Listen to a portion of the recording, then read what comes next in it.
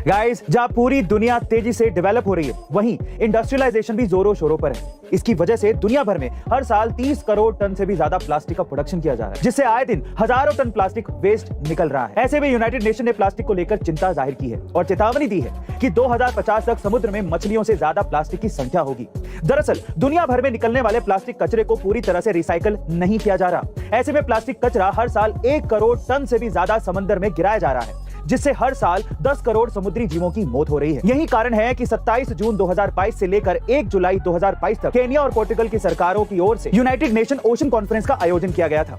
और ऐसे ही दुनिया भर में और भी मेजर स्टेप्स लिए जा रहे हैं, पर यह जिम्मेदारी सिर्फ सरकारों की नहीं है, ये जिम्मेदारी हम सबकी है और इसे हम सबको गंभीरता से लेना चाहिए। कोरोना महामारी ने ऑलरेडी हमें एहसास दिला दिया है, अब बारी हमारे सुधरने की है। गाइस, आपको ये जानकारी कैसे लगी कमेंट सेक्शन में जरूर लिखिएगा। गाइस, गर्लफ्रेंड बनाने के लिए या किसी को इंप्रेस करने के लिए लोग क्या क्या नए नए तरीके नहीं निकालते, पर आज मैं जिसके बारे में बात करने वाला हूं वो तरीका सबसे यूनिक और खूबसूरत है। गाइस, मैं बात कर रहा हूं जापान के अमामी ओसीमा आइलैंड के आसपास पाए जाने वाले पफर फिश की, जो फीमेल मछलियों को इंप्रेस करने के लिए समंदर के रेत में बेहद खूबसूरत मंडाला कलाकृतियां बनाते हैं। अपने से 10 गुना से भी ज्यादा बड़ी कलाकृति ये 7 से 9 दिनों तक लगातार 24 घंटे मेहनत करके बनाता है। अपनी ताकत और मेहनत सिर्फ इस उम्मीद में दिखाता है कि बस कोई फीमेल पफर फिश उससे इंप्रेस हो जाए। इंप्रेस करने का इतना रोमांटिक तरीका देखकर तो कोई भी पिघल जाएगा। गाइस, आज हमारे देश को आजाद हुए 70 साल से ज्यादा हो चुके हैं और इन 70 सालों में कई ऐसी घटनाएं घटी जिन्होंने हमारे देश में एक नई क्रांति की शुरुआत की और हमारे देश के लोगों को बहुत कुछ सिखाया भी। लेकिन गाइस, साल 1947 के बाद कुछ ऐसी अनसुनी घटनाएं भी घटी हैं जिनके बारे में शायद आप भी नहीं जानते होंगे, और ये घटनाएं ऐसी थी जिन्होंने इंडिया के आने वाले कल को बदल के रख दिया। वैसे गाइस, अगर आप इन घटनाओं के बारे में जानना चाहते हैं या फिर इसमें दिलचस्पी रखते हैं तो कुकू एफएम पर 1947 के बाद का भारत की ऑडियो बुक जरूर सुनिएगा।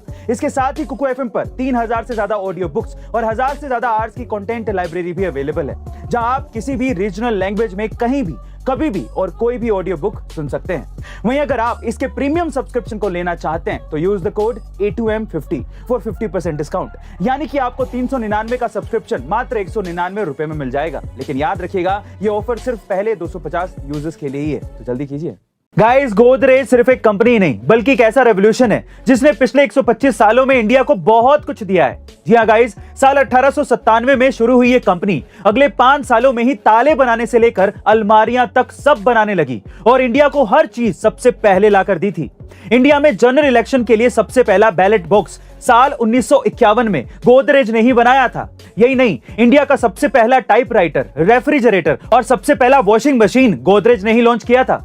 गोदरेज को पुरानी कंपनी होने का पूरा फायदा मिला, जिससे उसके प्रोडक्ट इंडिया में जल्दी पॉपुलर होने लगे और आज गोदरेज का शेयर मार्केट 40% है और इसकी मार्केट वैल्यू 30,000 करोड़ रुपए से भी ज्यादा है।